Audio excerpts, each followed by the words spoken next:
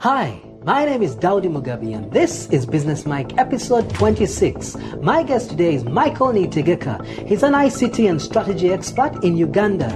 In this episode, Michael and I discuss the common challenges and misconceptions of entrepreneurship that prevent businesses from growing.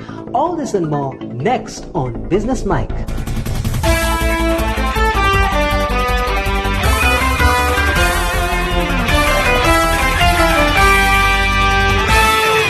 Thank you so much for joining us today, Michael. Could you briefly tell us a bit more about who you are and what you do?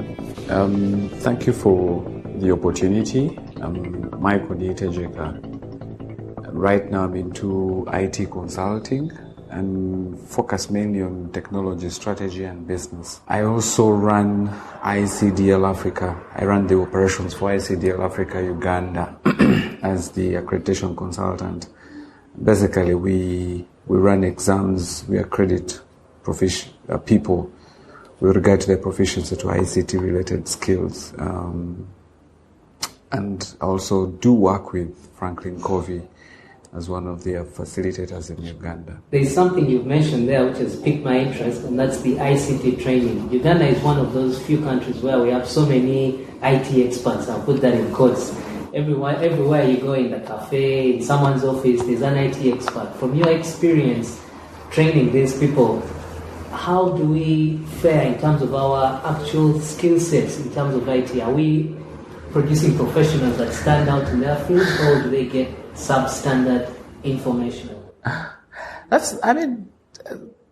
Good question. It's a big challenge. So we do train, and I think we've done a great job in training people. But I'm not sure that I would be 100% in terms of vouching to say that our graduates are top-notch, if I could put it that way. We have gaps, and some of the gaps is in the way we deliver the content. I think our content is good, content is right. It is the way we deliver that content that has an issue. And to be very specific, you can't teach website development, for example, if you've never designed a website and you put it into the market and got it. It's working. People are using it. There's a difference between being able to know the procedures and doing it. We all know the things we practice in the industry are totally different from what we've learned. And so there's that mismatch. And I think the IT sector, we just need to really look at how we hire the people that teach on our programs. Now, how I discovered you was through a TED Talk that you gave, and something in particular that you mentioned. I'll put a link to that TED Talk on your show notes page, but something you mentioned there that caught my attention was how people seem to want to certify or learn a certain course for the sake of doing it. Yeah. They arm themselves with all these credentials and certificates, which they may not necessarily need. Why is it that we have a mindset of learning stuff that we actually don't need to? Yeah, so the whole certificate economy here is quite big. Somebody comes for a one-day training or one-day workshop, and the first thing they'll ask you is, are we going to get a certificate? Whether it adds value or not is something else, but I think it's more of accountability that I have attended this session and this training. And for me, that is a big issue, because then we don't see people moving out to learn on their own, because when you learn on your own, there's no certificate. And my concern is that for as long as people see the output of an engagement as a certificate, then you have a totally wrong approach to learning in life, if I could put it that way. And so it's going to take some time. It's going to take time where employers will need to, okay, you can have your certificates. And we're already seeing it. Employers no longer pay attention to the certificates you hold. Employers are saying, okay, show me what you can do. If you can, okay, get your job. If you can't, why should I really bother with you, whether you have whatever certificates you have? But also, I think when people realize that they have nothing to do, the next best alternative is to find what to study, to pass time. It's like a default thing. But what are you studying? Does it speak to the things that you aspire to do? Oh, well, I think I need it. Okay, Thinking is one thing. Will you use it is another thing. And so that for me right now is where we need to help people. Career guidance in this country is long dead. People apply for courses because they look at the names. Very few people even try to find out what content are we going to cover. What courses? Will this be exciting? How will third year look like? No idea. And so for me, that's where the issue is. Yes. But for those that are out in the field that aren't necessarily getting these qualifications, how then can they, apart from getting an opportunity to do an interview because they've seen a job advert somewhere, how do you convince people that you know your stuff if you don't have a paper to prove it? I think you can. And especially if we are to stick in the home area IT, I think you can. People will find you when they get to know you're doing great stuff. There are so many opportunities that present themselves. You have hackathons that happen in this country quite a number of times. You have events. So the question is, what do you have to put to the table to demonstrate that you did this? The opportunities are there. There's so many opportunities in terms of where you can get to use ICT. And the next thing is, once you've done it, once you've used it, once you've been able to develop something, and it is working, all I need to put on my CV is not necessarily even my qualifications. I can just put a link to what is working. And I also think it is important for you to start thinking about taking the initiative, in the sense that it doesn't have to wait for an advert. But if I think you need it, then I should approach you. So how do I find out that you need it? What are the issues that you have? By the time I come to you, I'm already thinking about what I'm going to contribute to the business. And I know my former students have gotten jobs out of that, out of initiative.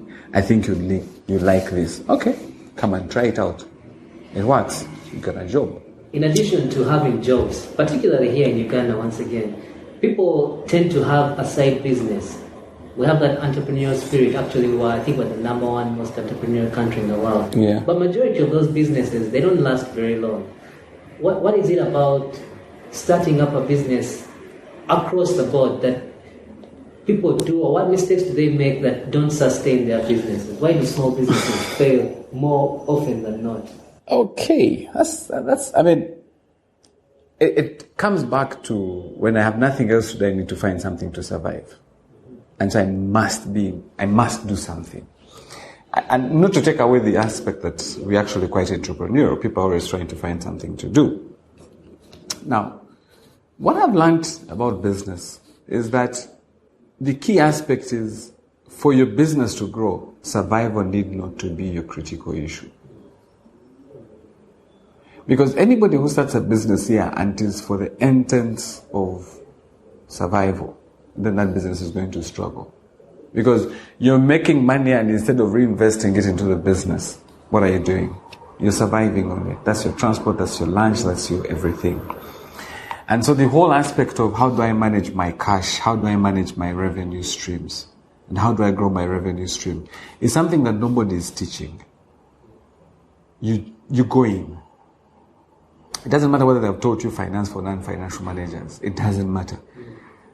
Hitting the road is a whole new ball game, if I could put it that way. And I've seen that out of experience. I was employed. I leave employment and I start working. When you're used to a salary, things are a little bit different. 29th, 28th, you actually start checking the ATM. Now I come into business, I have no salary. So how do I manage my cash flow? Because what I have now is better than what I don't have. So how do I manage my cash flow that I can continue to live without suffocating the business? So that is one of the challenges that you have. Secondly, is that we are too small. A lot of guys here are doing things that are too small. You can't scale. And we can talk about capital. Yes, I agree. Capital is a big issue. But a lot of things are really small. And so if it is a software issue, you've developed an application, and I'm asking you about how are you going to scale it? What kind of infrastructure do you require? What kind of skills do you require? Forget even about infrastructure and skill.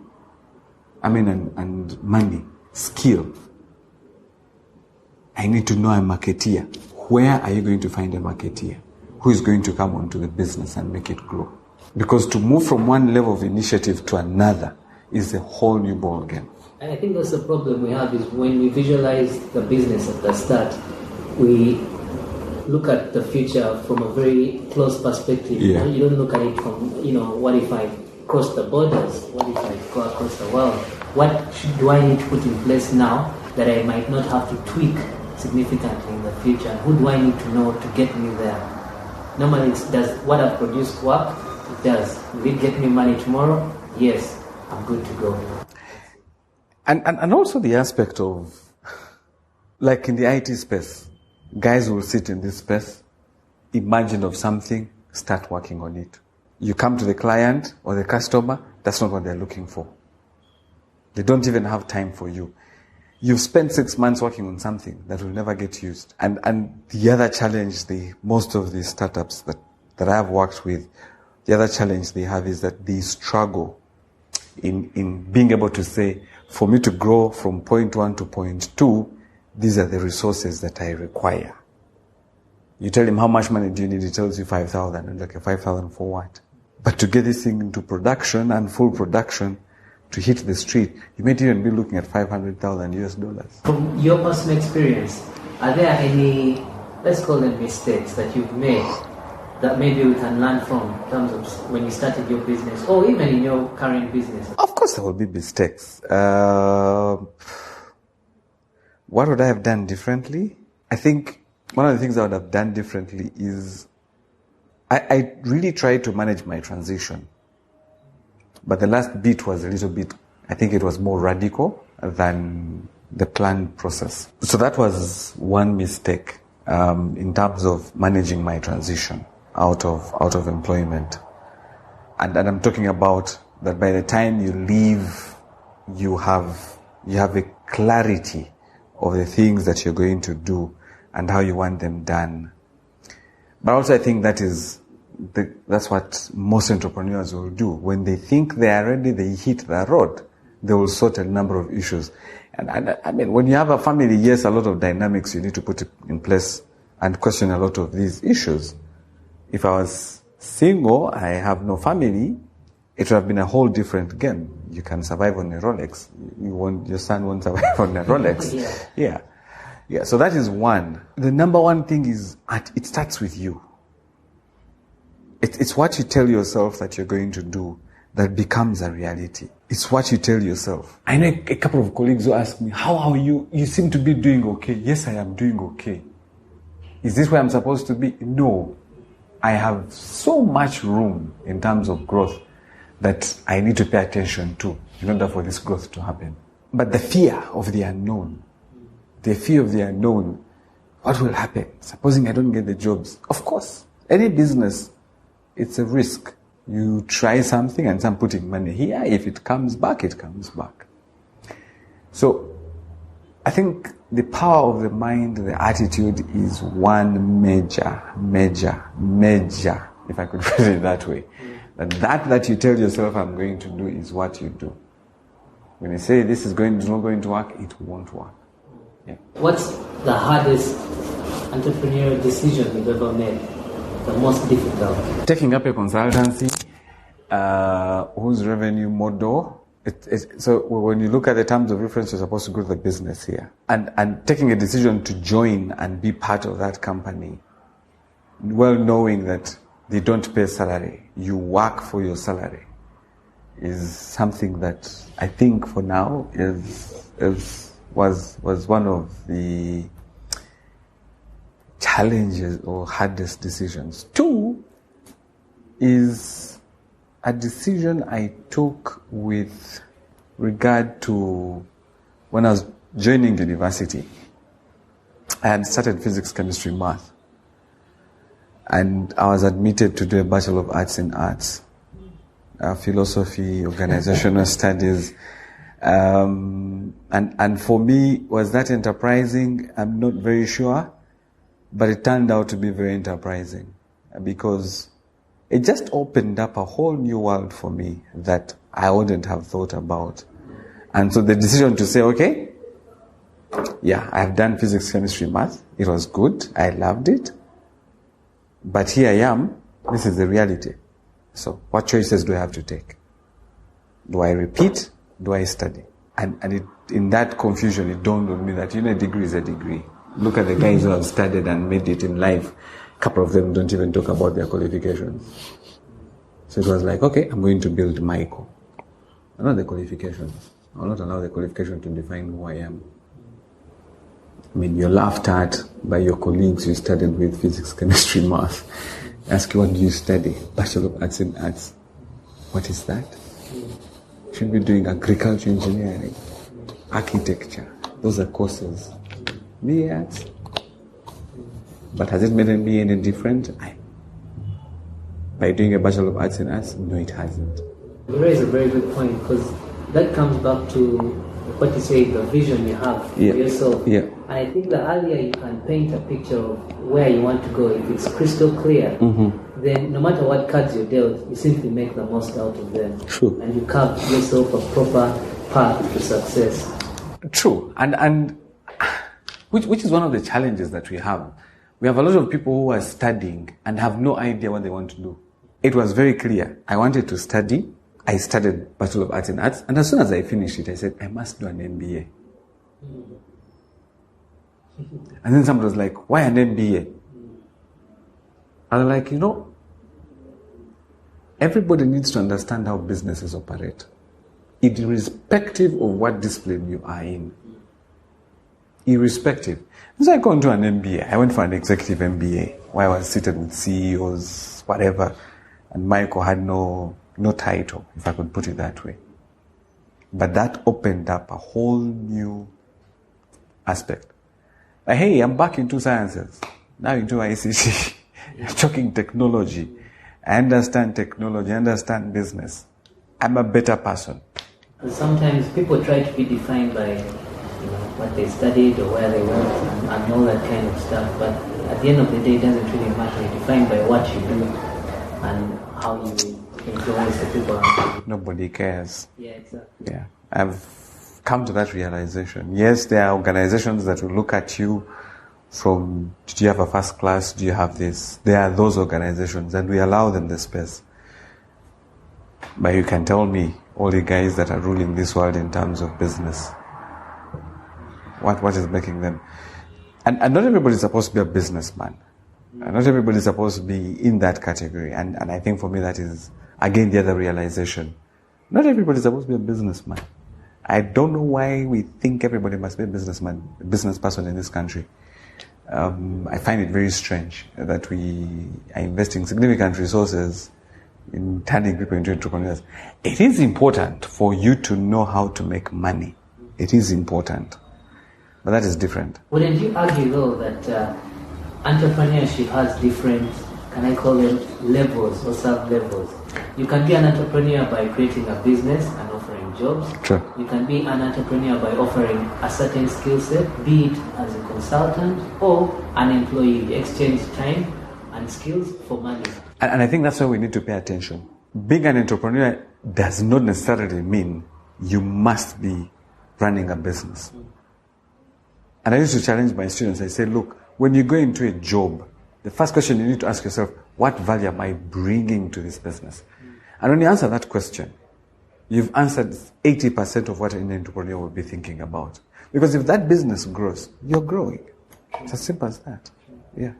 I also think some people get a job and they think of it in terms of, okay, what's the maximum amount of money I can get from this place? Let's say I'm here for maybe 2 years, I rise up the ranks. What money am I looking at? That kind of thing. But you should also be looking at how much can you grow and how much, can I say, skill or experience can that company give you, and skill sets that you can take elsewhere to make more money. Because at the end of the day, we're all in this to make money, whether as an employee or a business owner, whatever it is. So how much more money can you create in terms of opportunities of skills? That is something that's important, and I can't remember which talk it was, but sometimes you can carve out those opportunities within a workplace by taking on responsibilities that are not even in your contract, and picking up such skills that you may need in the future. 3 jobs I did in my career were not in the university structure.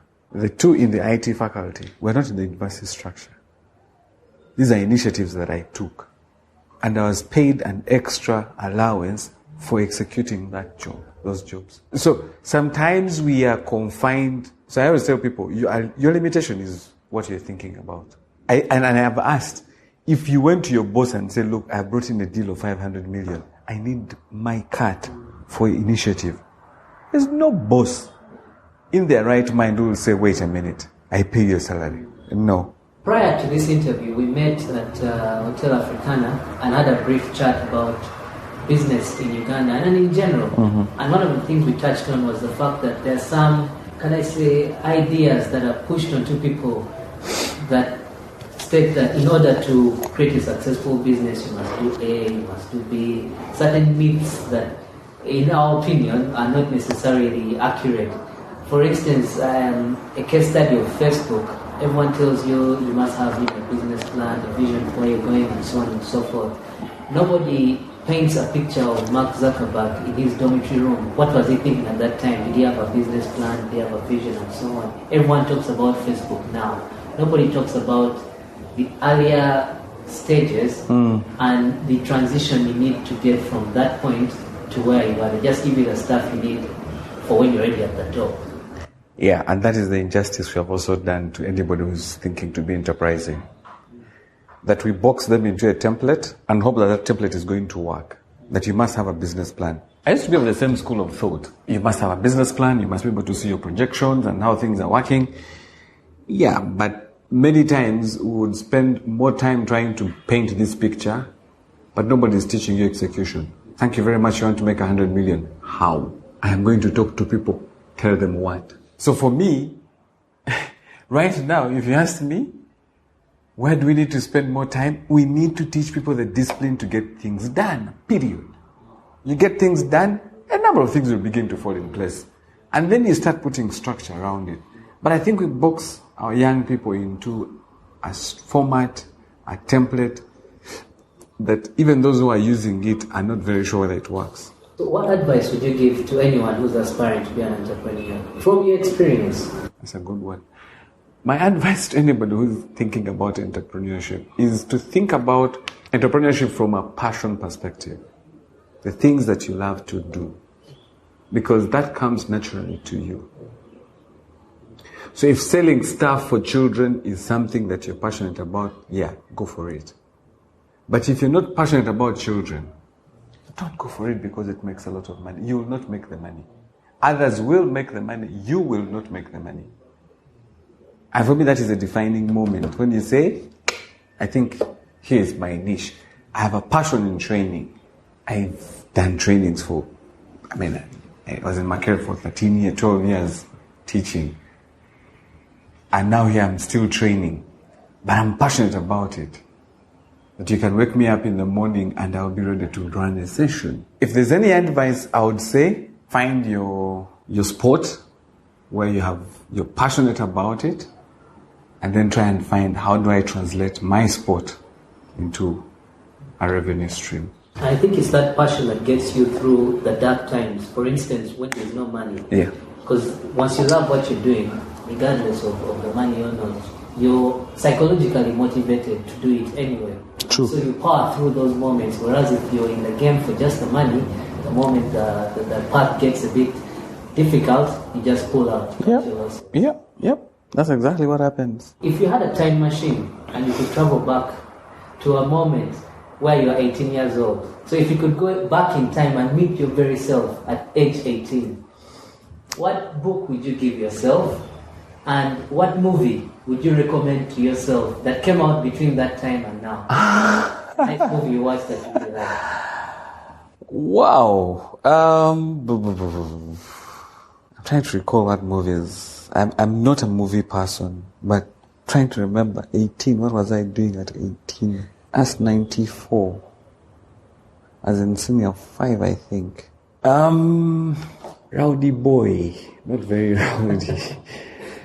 Football was my passion, watching football, and playing sport. What movie did I watch then? I think I watched a movie called True Lies by Arnold Schwarzenegger.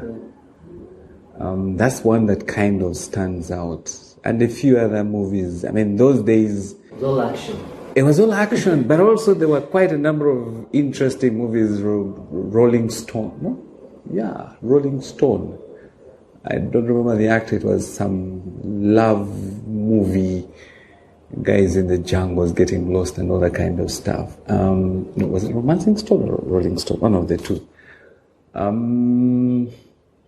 Yeah, but one that I vividly remember is Arnold Schwarzenegger, True Lies. And I remember watching it to the end. I'm like, yeah, really, these are true lies. These are true lies. Yeah, but I think that's when the whole science fiction stuff was beginning to come out. And I think that's the time when I lost my love for movies. Because, I mean, you'd sit and watch this whole action-packed thing and you're like, crap, there's nothing. It's just empty. Book. There's a book by Austin that I have read, which really talks about the inner self. I can't remember the title. What was the author's name? Austin. He's a preacher. But he says he's into leadership and self-leadership. That book talks about attitude, talks about you're created not really by mistake. You're there living. I think the title is Living Your Purpose. And when I first read that book, I mean, it made a couple of things very clear to me that I am in charge of that purpose. I'm the creative force, if I could put it that way. The other book, I didn't read that time, but I've read now that I think if I had that time, it would have made a whole lot of a difference. Not that I was, but it really brought into perspective a couple of principles. The 7 Habits of Highly Effective People. Stephen Covey. Very powerful book. I remember how I used to look at it. I'm like, who told anybody that there are 7 habits? Why should there be 7 habits? Not until I started reading it that I couldn't stop reading it. Very powerful. Very powerful. And right now, a lot of things that I'm working on are kind of shaped by the 7 habits. Taking initiative, having the end in mind, the important things first, and I can go on and on.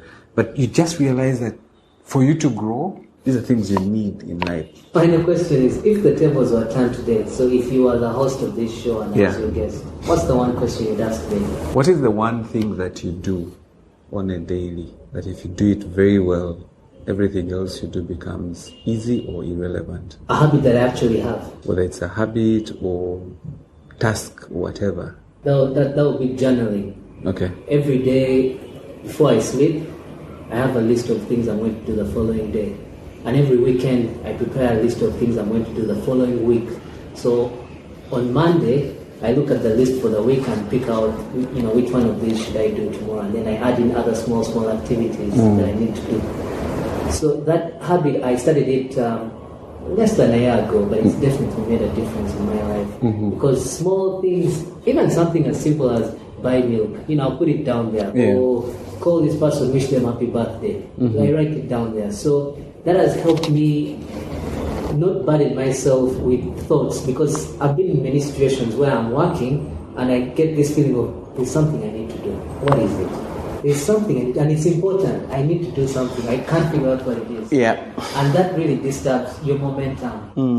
When you have a piece of paper whereby you glance at it once in a while and think to yourself, oh, that's important. It's getting late. I need to get that done immediately. And then you cross it off your list. Your life becomes so much easier.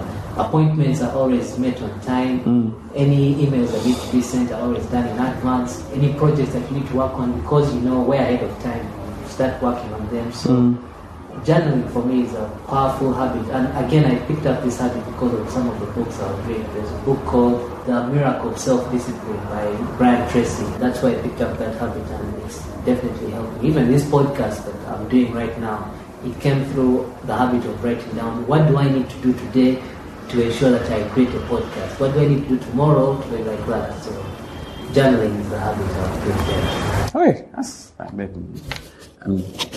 I'm not good at journaling, but one thing that I know that works for me is to try as much as possible to make sure all the key things I need to work on are in my calendar. That's journaling in a kind of way, isn't it? I know, well, yeah, you could be right. Just writing down something you need to do. Yeah, so I make sure I have that activity scheduled, and once I confirm, it has to be there. So that gives me clarity of where do I need to be, what do I need to work on, what are the things that I need to block out to make sure that I block out. And for me, it was after I'd gone through the training, the 7 Habits of Highly Effective People training program, that it was like, okay, you can't just wake up in the morning and you just have a to-do list. No, you must be very clear. What do I want to achieve this week? Yeah. So how can people get in touch with you on social media or a website? Social media, I think, is the easiest. On Twitter, I'm at Niyitegeka. Facebook as Niyitegeka, Niyitegeka. I'm on LinkedIn. I think those are the most popular ones that I have. Those 3 options will definitely get to me. Twitter is the easiest because I tend to check Twitter a little bit more often. And email Niyitegeka, M for Michael, at gmail.com. Glad to share what I can share. Yeah. Thank you so much for your time, Michael. This has been pleasure. A very, very knowledge-packed interview. Thank you. So we appreciate you for taking the time and wish you the very best in all your endeavors. Thank you very much, and I really appreciate you reaching out to me and asking me to be part of this. One thing I can say is just keep at it. This is definitely going to grow bigger than you think right now. So all the best. Thank you so much for listening to Business Mike today. And if you'd like to listen to more episodes just like this one, simply go to businessmike.com. I would love to hear from you and get to know what you think about the show. If you have any questions or suggestions, just drop me an email at daudi@businessmike.com. That's DAUDI@businessmike.com. Thanks again for listening, and until next Monday, take care.